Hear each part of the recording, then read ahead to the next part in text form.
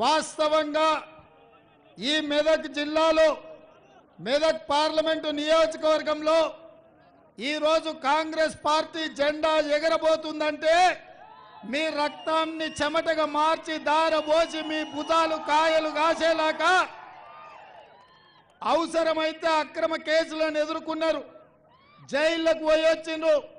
కొంతమంది ప్రాణాలు వదిలినా ఈ జెండాను వదలకుండా మోసిన నా ప్రియమైన వేలాది మంది కార్యకర్తలు ఇవాళ నాకు సంపూర్ణమైన నమ్మకాన్ని విశ్వాసాన్ని నాకు కలిగించారు. మిత్రులారా, ఇవాళ రెండు అంశాలు. 45 ఏళ్ల నుంచి ఈ సిద్దిపేట నియోజకవర్గానికి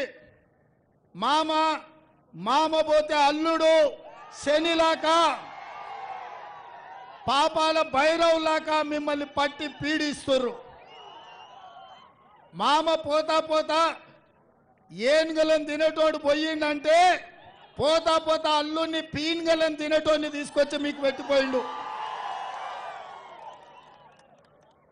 అరుంధతి సినిమాలో ఎట్లయితే బొమ్మాలి ఎట్లయితే మిమ్మల్ని పట్టి పీడించిండో ఈ సిద్దిపేటలో ఉండే యువకులను వ్యాపారస్తులను ఈ ప్రాంత ప్రజల్ని పట్టి పీడించిన బ్రహ్మ రాక్షసుడి నుంచి మీకు విముక్తి కలిగించడానికే ఇవాళ ఈ సిద్దిపేట గడ్డ మీదకి వచ్చిన మీకు అండగా నిలబడతా అని మా మిత్రులందరూ తెలియజేస్తున్నా.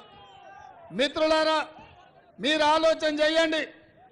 ఆనాడు 1980లో దేశ రాజకీయాలలో కాంగ్రెస్ పార్టీ ఓడిపోయిన తర్వాత ఎన్నో